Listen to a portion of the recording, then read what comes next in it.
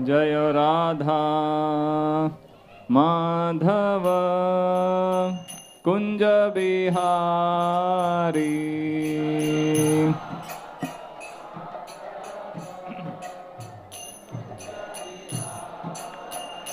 जय राधा माधव कुंज बिहारी।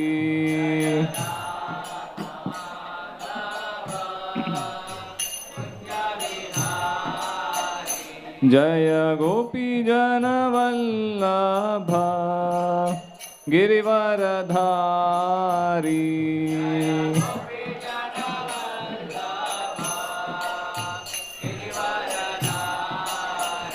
जय गोपी जन वल्लभ गिरिवरधारी।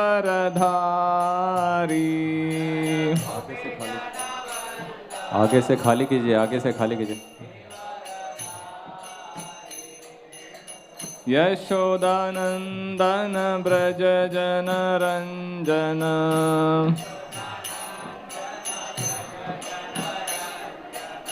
यशोदानंदन ब्रज जन रंजन।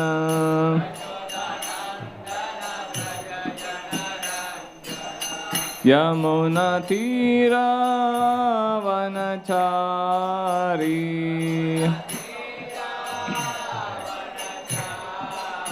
यमुना तीरा वनचारी।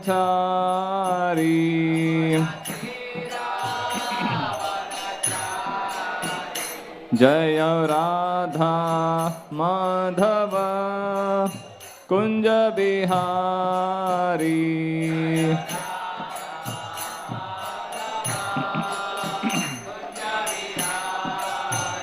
जय गोपी जन वल्लभ गिरिवरधारी।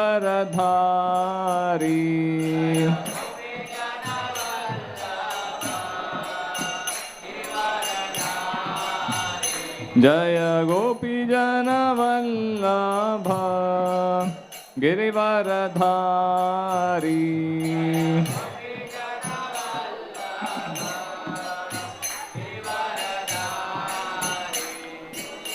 यशोदानंदन ब्रज जन रंजन।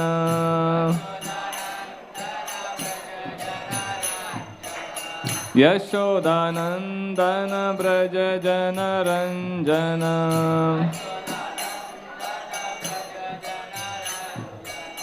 यमुना तीरा वनचारी।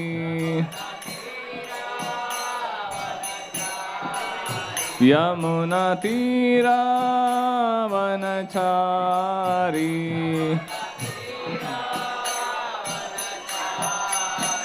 जय राधा माधव कुंज बिहारी।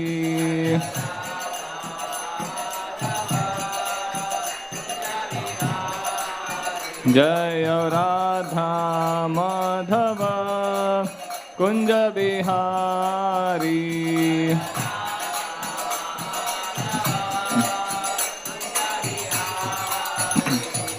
गोपी जन वल्लभ गिरिवरधारी।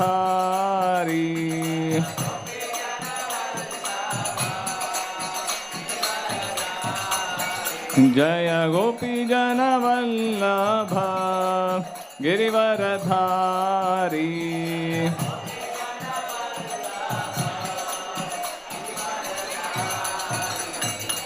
यशोदानंदन ब्रज जन रंजन। यशोदानंदन ब्रज जन रंजन। यमुना तीरा वनचारी। यमुना तीरा वनचारी।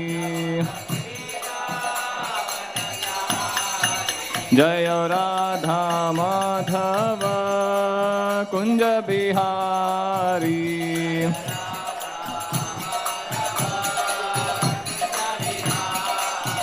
Hare Krishna, Krishna Krishna, Hare Hare, Hare Rama, Rama Rama, Hare Hare.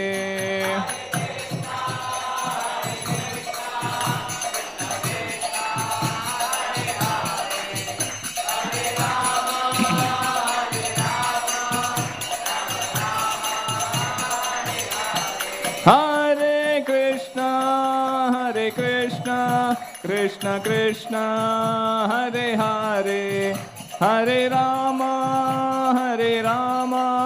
Rama Rama, Hare Hare.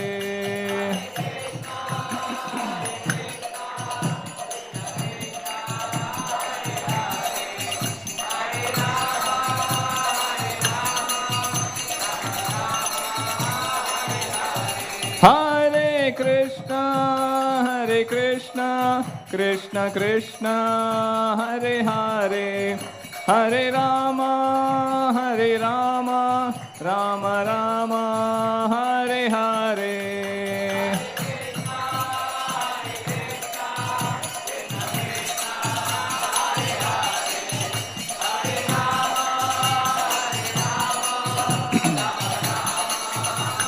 Nitai Gaur Hari Bol, Hari Bol, Hari Bol, Nitai Gaur Hari Bol.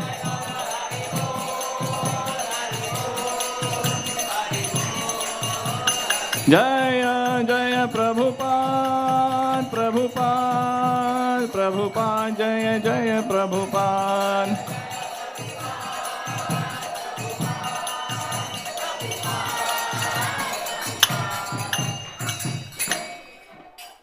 जय हरिनाम संकीर्तन की। ओम नमो भगवते वासुदेवाय।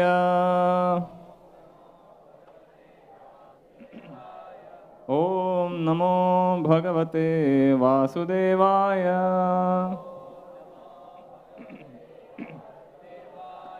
ओम नमो भगवते वासुदेवाय।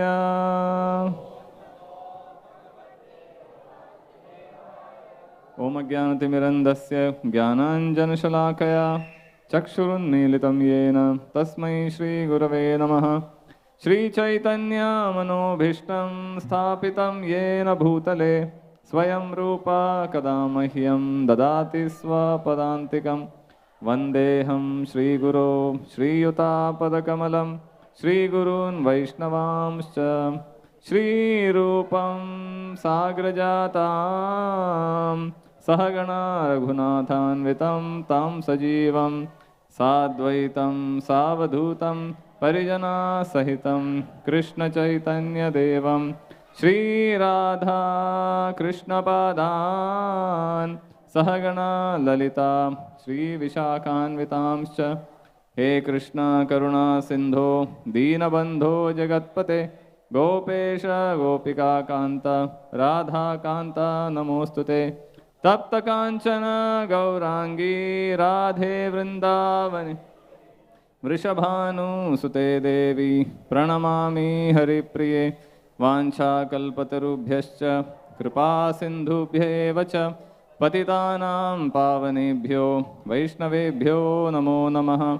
जय श्री कृष्ण चैतन्य प्रभु नित्यानंद श्री अद्वैत गदाधर श्रीवासादि गौर भक्तवृंद। हरे कृष्णा कृष्णा कृष्णा हरे हरे, हरे राम राम राम हरे हरे। हरे Krishna. So we'll continue our discussion on the Bhagavad Gita, chapter 1. We are reading text number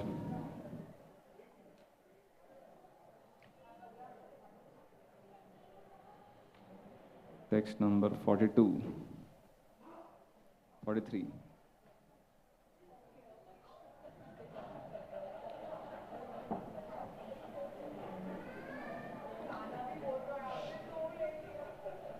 दोषैरेतै कुलघ्नानां वर्णसङ्करकारकैः उत्साद्यन्ते जातिधर्मा कुलधर्माश्च शाश्वताः.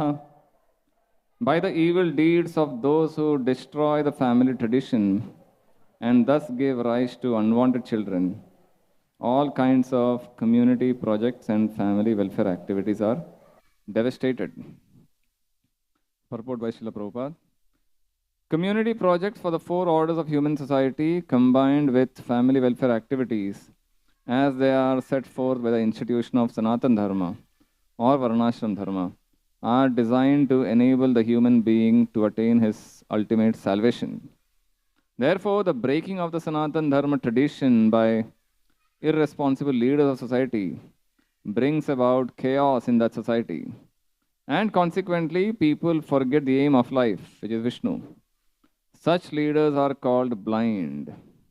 And persons who follow such leaders are sure to be led into chaos.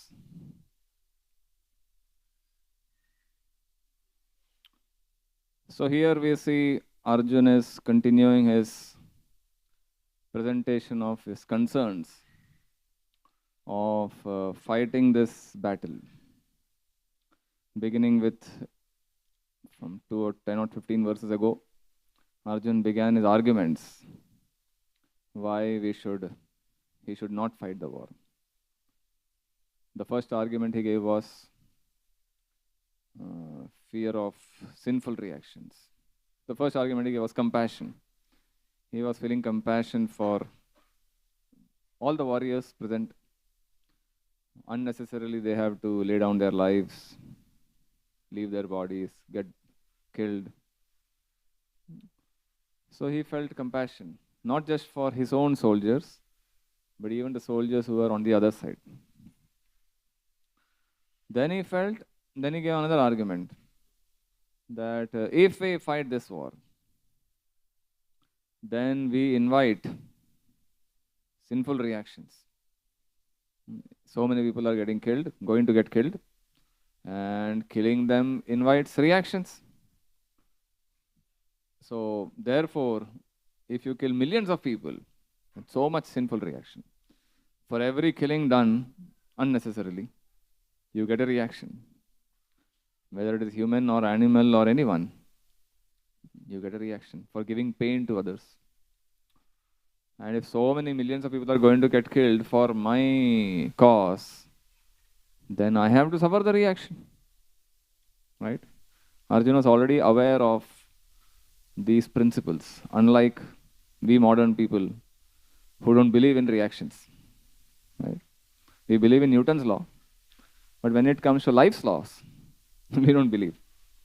We don't believe that every action has a reaction. And we don't care about killing and committing all kinds of activities, whether it is causing pain to others, difficulty to others. Sometimes we restrict ourselves to human beings, but we don't care about giving pain to animals. But Arjuna here is well aware of all these things. And therefore he is saying, reactions aayega, who will handle? The third argument he gives is how, if so many people are killed, then who will take care of the women in the houses? All the men are here in the battlefield. Then their wives and their sisters and mothers, and who will take care of them? That was Arjuna's concern. If they are not taken care of, then some other men will come and exploit them. And in this way, unwanted progeny, children will be born.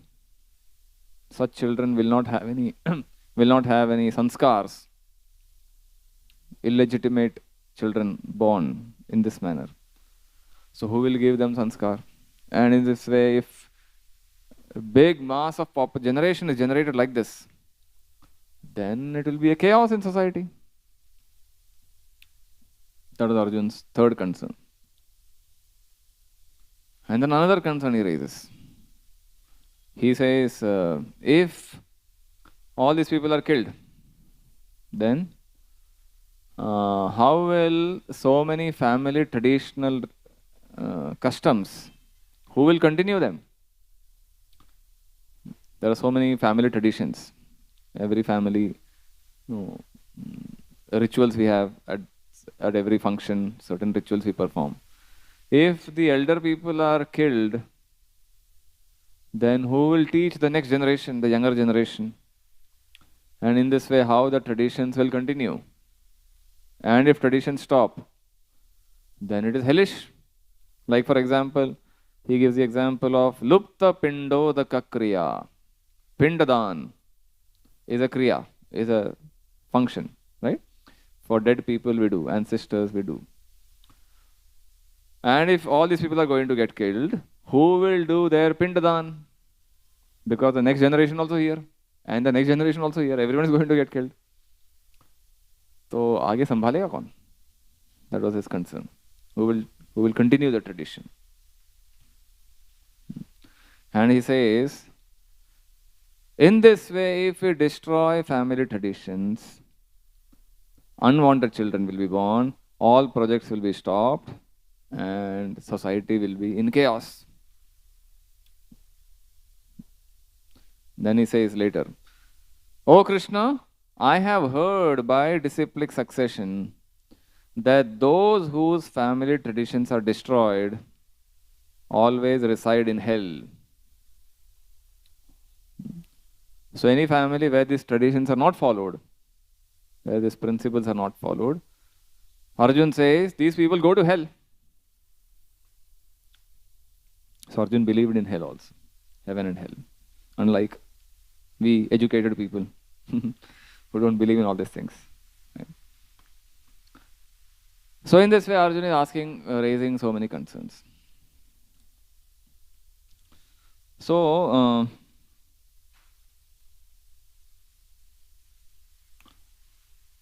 this is the nature of someone who is introspective. Such a person will think twice, thrice, before performing any action. Generally, we perform an action, we act first and then think. बाद में देखा जाएगा क्या होता है. That's our general tendency. Do something, if you like it, then consequences we will see later. And if needed, we will do damage control. But a thoughtful person thinks first, prevents the damage control, and then acts. So Arjun here is thinking, so much thought, so much concerns he is raising. Because if he fights, then ये सब होने वाला है आगे जाके. So many damages will happen. Who will reverse the damage? It's impossible to reverse. Certain things can be reversed. But certain things are irreversible damages. Once it is done, it is done. You can't do anything about it. So, in this way, Arjun's nature comes out. Unlike the opposite people, Duryodhana and party, who never thought. Duryodhana is never asking these questions. Arey, aisa hoga, to ye hoga, ye hoga, wo hoga. He doesn't really care anything about all these things. So, it is said that there are 5 types of world we interact with. The world around us, immediate world, the people and the society. We deal with them, our family, our friends, society. Then there is a world we choose, the world that we have chosen. What is that? Our opinions, our thoughts, our belief systems. That's another world. Every individual has his own world. Okay. I believe this is right. I believe this should happen. I believe this government should come. I believe this education system should happen. This should be taught.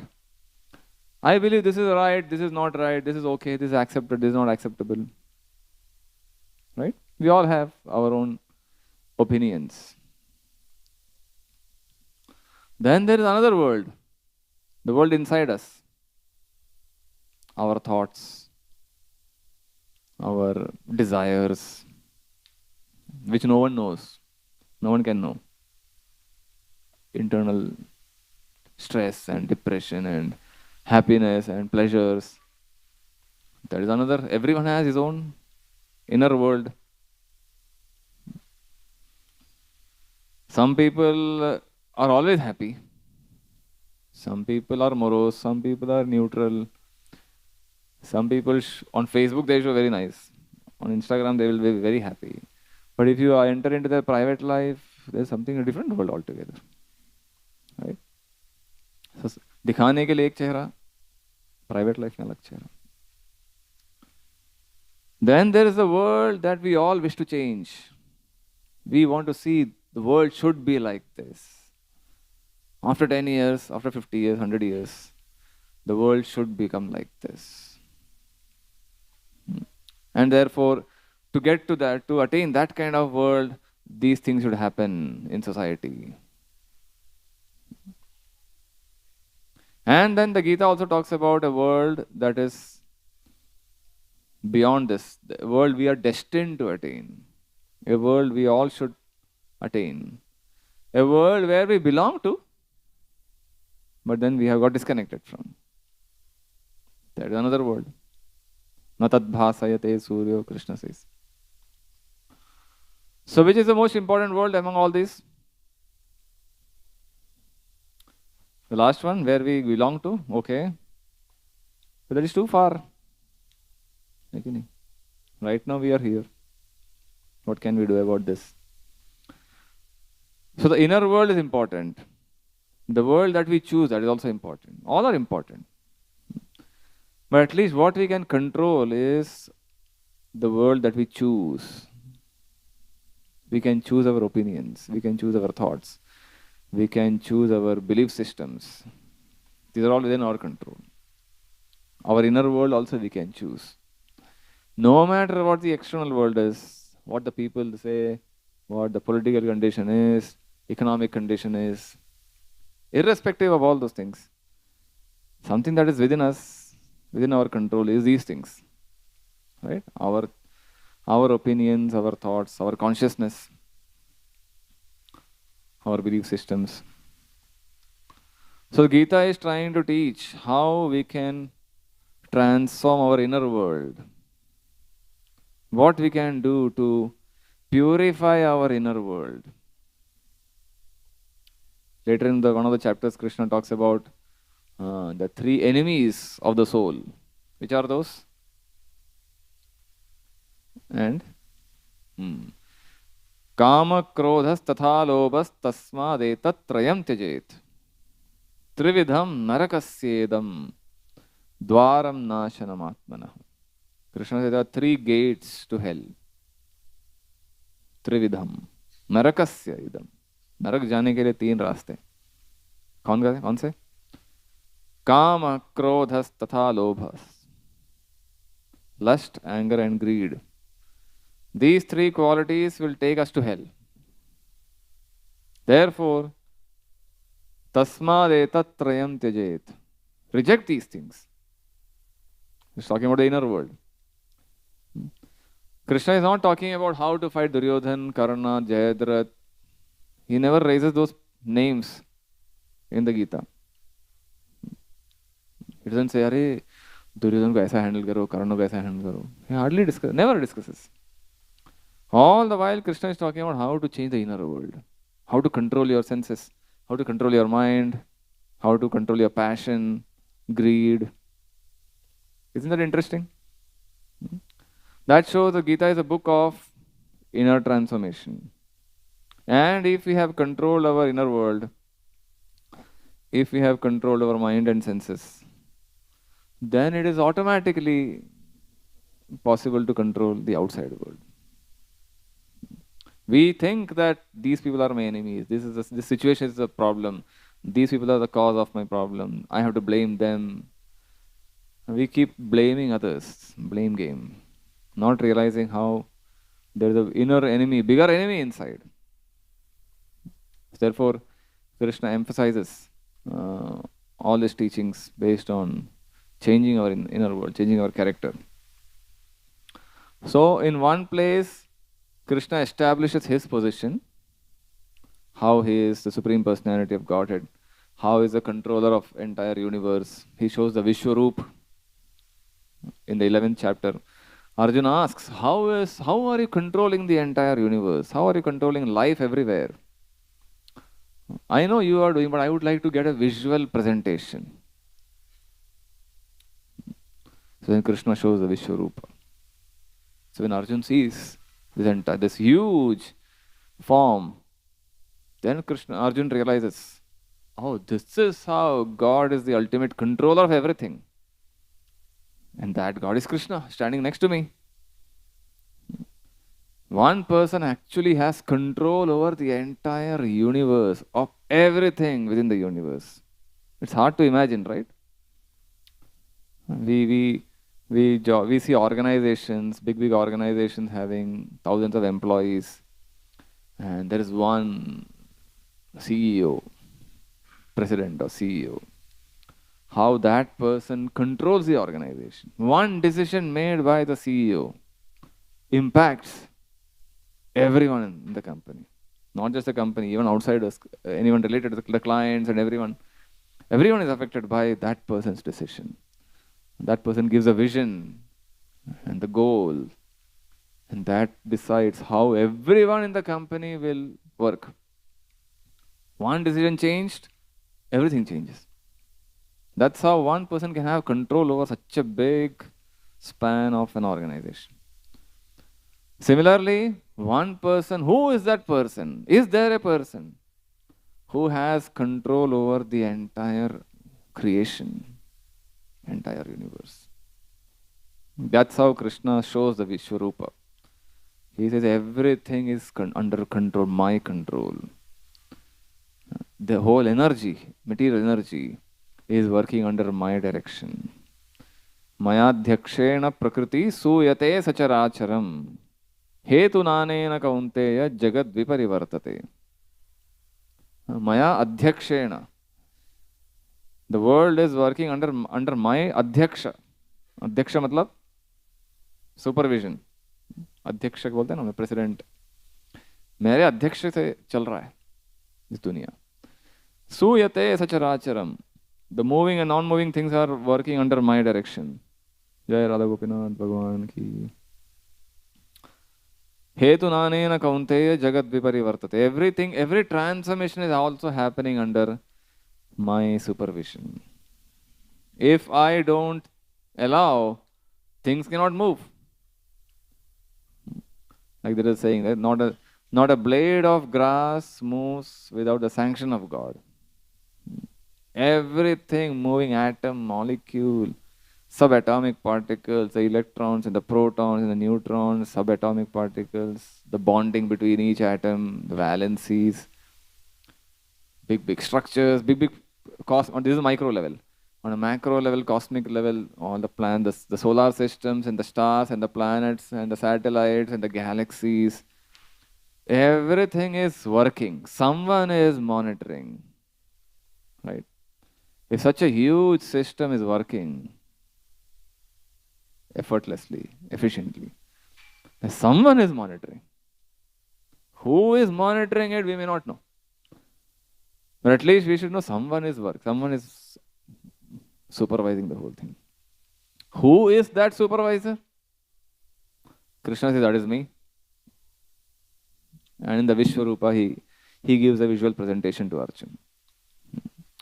Which means he is indirectly trying to prove this war is also happening under my supervision. Don't think you have control, complete control over to change the direction of the war. I desire the war to happen. It is my part of my mission to destroy the demons, paritranaya sadhunam, vinashaya cha dushkritam. For that purpose, this war is organized. So don't think if you won't fight the war, this war will not happen. Ultimately, it is under my control. Therefore, Arjun, you fight the war for the purpose for which it is designed. Don't think how I can enjoy, what will happen to the future generation. Good concerns, but it is beyond your control. This is going to happen anyway. So in this way, Krishna's position is established in the Gita. But along with that, The Gita is meant to change our disposition, Arjuna's disposition. So Arjun had some ideas in the beginning. He came up with certain ideas and opinions about life, about the purpose of the war, about people. We all have certain opinions. But after hearing the Gita, his opinion changed. He says, Nashto moha smritir labdha tvat prasadan mayachyuta. Initially, before hearing the Gita, his mind was confused, his memory was lost, his intelligence was bewildered, and he had lost his balance and equilibrium. But after hearing the Gita, 18 chapters, he says, Nashto moha. My moha, illusion is destroyed. Smritir labdha means, smriti means memory. Memory regained. Memory regained. Memory of what? Memory of what is right and what is wrong. That memory we need to regain. Not how much data and how much data is loaded into our brain and some other trivia information here and there. That's not the memory we are talking about. Memory of values and principles. What is right? What is wrong? What to be done? What not to be done? This memory, we all have certain value systems, but then it gets clouded by propaganda, outside propaganda. That memory has to be regained. So Arjun says, Smritir labdha, tvat prasadat, by your grace, O Achyuta. He addresses Krishna as Archut. Achyut means someone who doesn't fall from his position. If someone has a position, he always maintains that position. That we all have a tendency to fall by mistake, some blunders we commit, and then we lose our reputation, lose our position. With Krishna, it doesn't happen. Therefore, he is addressed as, he is known as Achyuta. Achyuta means जिसका पतन होता है. Achyuta, जिसका कभी पतन नहीं होता है. Tvat prasadad maya Achyuta. Sthitosmi gata sandeha. I am now situated gata sandeha, without any doubts. All sandeha gone. And therefore karishye vachanam tava. I will now follow your directions. That's what happens when we sincerely, systematically study the Gita. It gives us a direction in life. Arjun didn't lack any resources. He didn't lack wealth. He didn't lack skills. He didn't lack training and experience. He had all competence. Right? Arjun was the best warrior of that time. Still, like he had already fought with all these warriors before this Kurukshetra battle. He had encountered them earlier also. And he had defeated them also. Bhishma, Drona, Karna, Duryodhana, everyone he had defeated. And now again he is facing, so it's not a lack of experience. He already faced them, nothing new. There are new people. When you have new enemies, then you have some concern. Is he more or stronger, weaker, what's his extra skill? He knew everyone's weak points. So that way he didn't lack experience. Skill he had, confidence he had, and resources he had. Bhima, Yudhishthira, all big warriors, experienced people he had on his side. And the most experienced person was sitting in his side, Krishna, to guide him. Still he lost his balance, in spite of having everything. Right? So it can happen with all of us. Sometimes we think, if I have this much bank balance, if I have this degrees, if I have this position, if I have this real estate, ये सब जमा करके रख लो भाई, पता नहीं आगे क्या होगा. That concern we have. If I have this much, then I am stable. I'll be peaceful. So let me work hard until the age of 35, 40 or 50. Let me accumulate this much wealth and resources. Then I will be stable. But Arjun's example proves that any amount of material success, position, resources is never enough, cannot be enough to not lose your balance. Despite having the best of everything, you can be vulnerable to lose your balance. That's the time when Arjun took the best decision in his life. And if we can learn from Arjun's example, it will be nice. What was the decision he took? He consulted a superior. He approached, he submitted his weakness with humility. He understood his problem. And he had the courage to admit his problem and approach Krishna and seek guidance.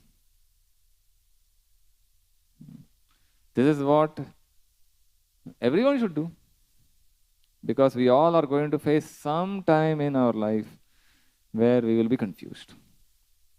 And getting confused is not a sign of weakness if we approach the right people. Otherwise, our ego prevents us to approach someone. Arey, I am such an experienced person, I have done this, I have done that. Why should I ask him or her? That ego becomes a big stumbling block. So if we can approach some wise sage-like person and who is rooted in values, who is rooted in scriptural values, scriptural wisdom, and inquire submissively. This is my predicament. Please help me come out of it.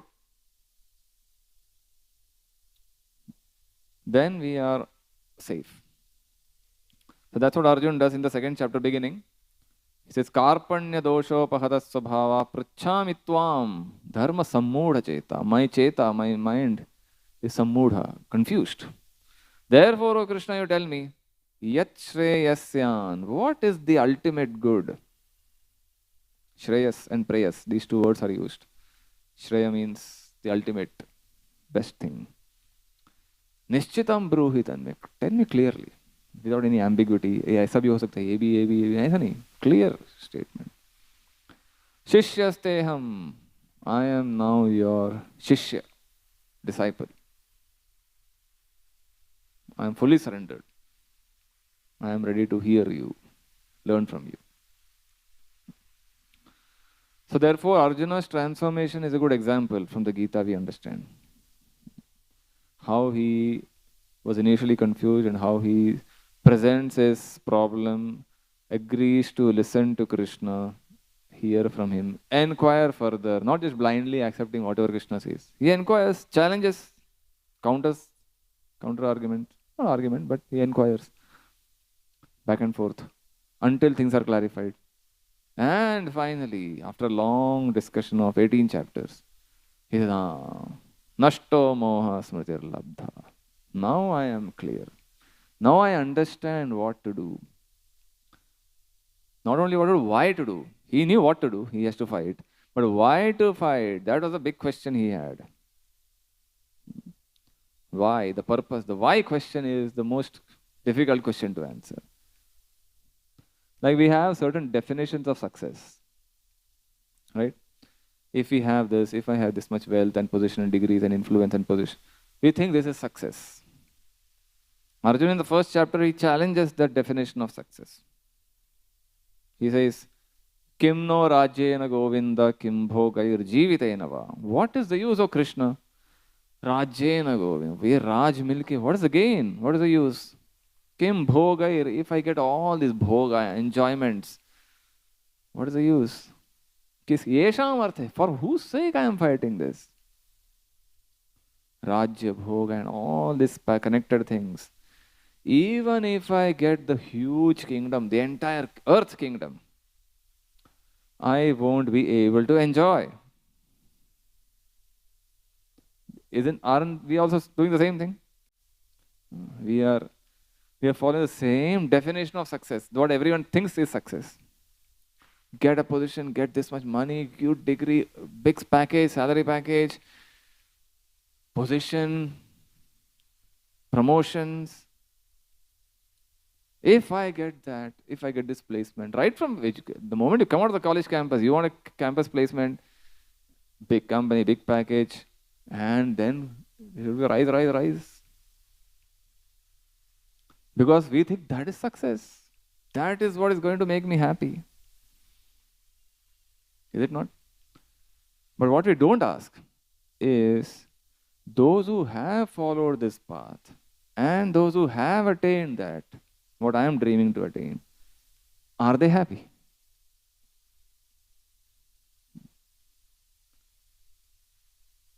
Mostly no. There are millionaires and billionaires and all kinds of successful people who have attained these things that we are aspiring to get, but they are not happy. What a tragedy, right? Everyone following the same path. Like our Bhakti Siddhanta Saraswati Thakur used to tell a nice story. Charane wala circus. What is the story?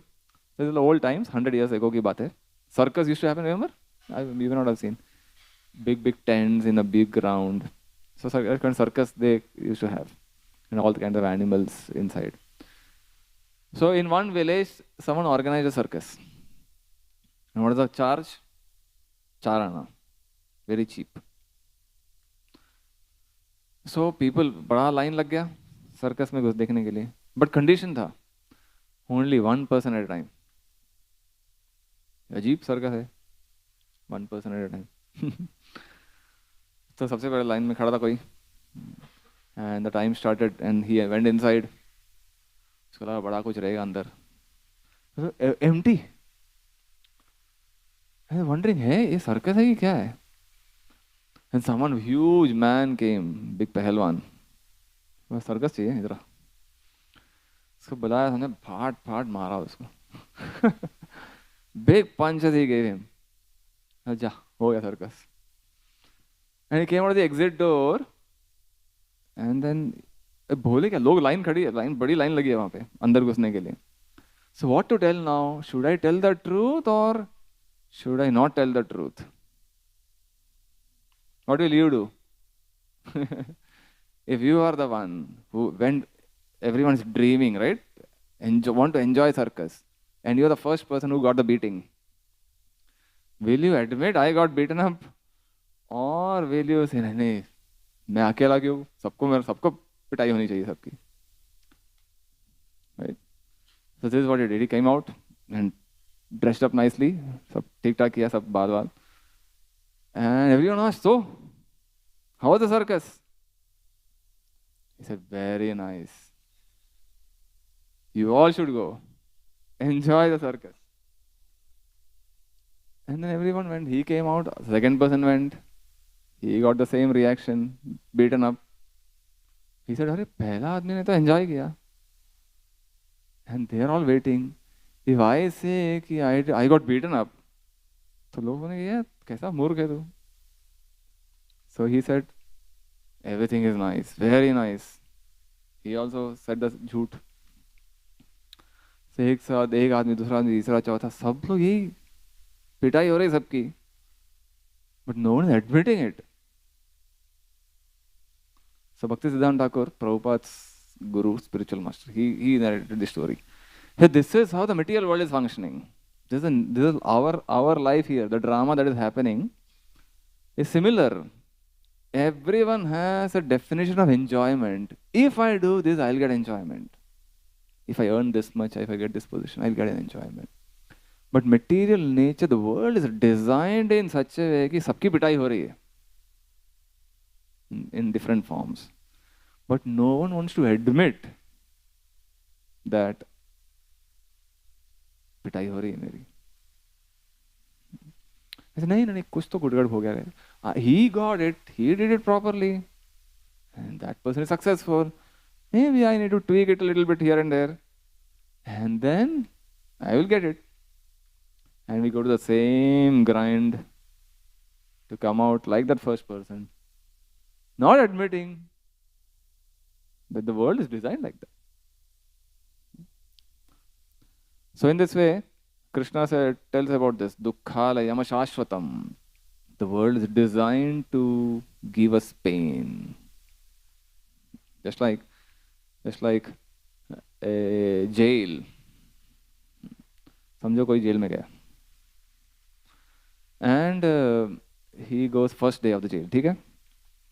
And he's wondering, अरे यार AC नहीं चल रहा है यहाँ पे और wifi भी नहीं है and there's no television, no home theater and not only that, कोई तो आके पिटाई कर रहा है वापस, someone kicking him and खाना जो लाया अच्छा नहीं है, सूखा रोटी, दाल में टेस्ट नहीं, नमक नहीं. He's complaining, अरे यार जरा AC चालू करो ना, खाना जरा गर्मा गर्म करके दो, थोड़ा पिज़्ज़ा पास्ता वो भी दे दो, मेनू वही मेनू रोज रोज. The jail is not designed for your enjoyment, right? You can't expect this in the jail. And if someone demands these things inside a jail, what will you call that person? Crazy. ये नहीं खाना था, वो आया क्यों यहाँ पे? That's what the question he'll ask. Why did you come here? Similarly, this world is something similar, some kind of a jail. It is called Durga. Durga means fort. Vijay Durg, Sindhu Durg, we see here. Forts, Shivaji ke forts. Durg means a place from where you cannot easily get out. So this world is compared to a Durg, a very difficult place to come out of. And the person who controls this Durg is Durga Devi. Durga Devi. And she is a mistress of this place. And you can never come out of this place if she doesn't allow. But this world is meant to give us pain. Durga has a Trishul and all kinds of miseries. Trishul is indicating 3 types of miserable conditions. Adi Daivik, Adi Bhautik, Adhyatmik Klesh. Misery is caused by one's own body and mind. Misery is caused by other living entities. So our own body, it gives pain in different forms of diseases and illness and old age. Some pain or the other, something keeps happening. Misery is caused by other people, other living entities. Your neighbors, your friends and family members, insects and malaria insect, this insect, that insect, viruses, COVID. It's all caused by other living entities. And then there are miseries caused by natural calamities, higher living beings. We call it natural, but from Shastra's point of view, it is caused by higher devatas. So in this way, a living entity inside this place is tormented by miseries. And similar to jail, the pain that the criminal is undergoing is not just for the sake of giving him pain. There is a purpose behind giving him pain. What is the purpose? To reform him. Reform the criminal so that he understands that he has done something. And he landed up here because of serious crime. And if you come out of here, you will be happy. Rectify yourself, rectify your action, rectify your mentality. You will be released. Similarly, this world, the pain in this world, the miseries and troubles in this world are meant to teach us certain lesson. And if we are supposed to take corrective action, rectify ourselves, rectify our mentality. What is the rectification? What is the disease? The disease is our rebellious attitude. Non-cooperative, rebellious attitude towards God. If we can rectify that, just like a criminal, he has got a rebellious, non-cooperative attitude towards the government or the system, the establishment. Some way he has rebelled, some way he has not cooperated, because of which he landed up in the jail. Similarly, we have a rebellious, exploitative, separatist attitude towards God, a disobedient attitude.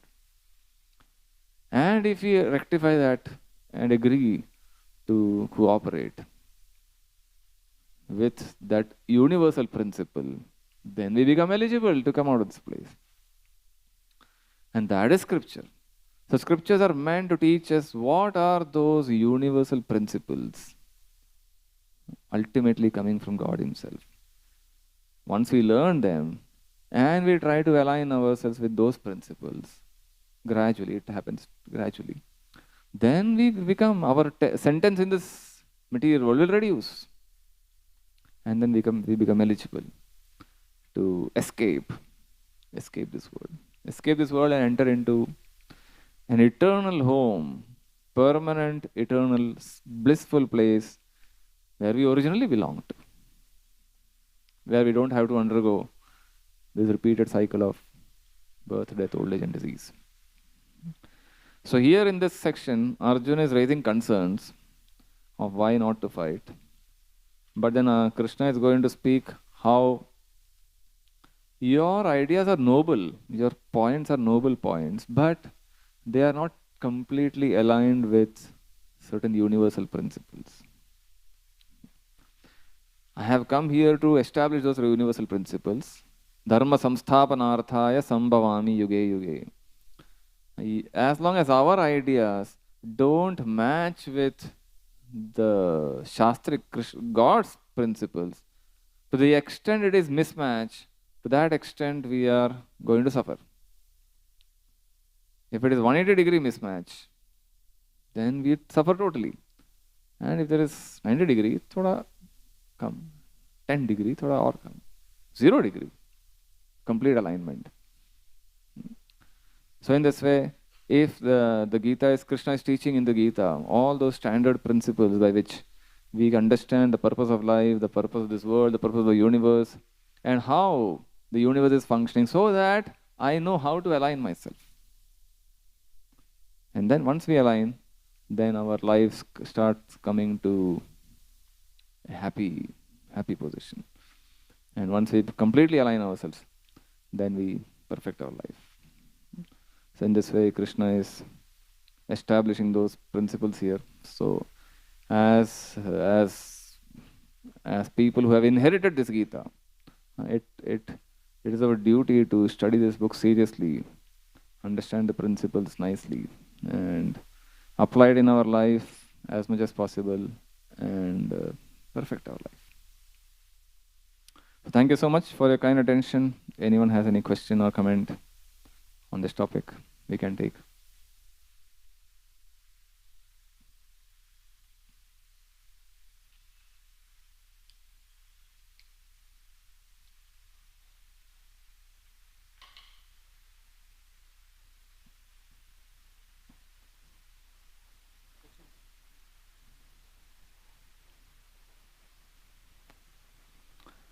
Okay, so there is an announcement. There is a three-day Gita course coming up on September 15, 16, 17, Friday, Saturday, Sunday. So in this course, if you enroll for this course, you can get an overview of the entire Gita, the main themes of the Gita, main topics covered in the Gita in these 3 days. And the topics are happiness and purpose, good and God, Gita and life. All these topics are covered. Law of karma, the reincarnation, life after death. So if anybody is interested, whether one devotee, Alpesh Prabhu standing there, you can scan the QR code and register yourself and enroll for this course. Thank you so much once again. Hare Krishna.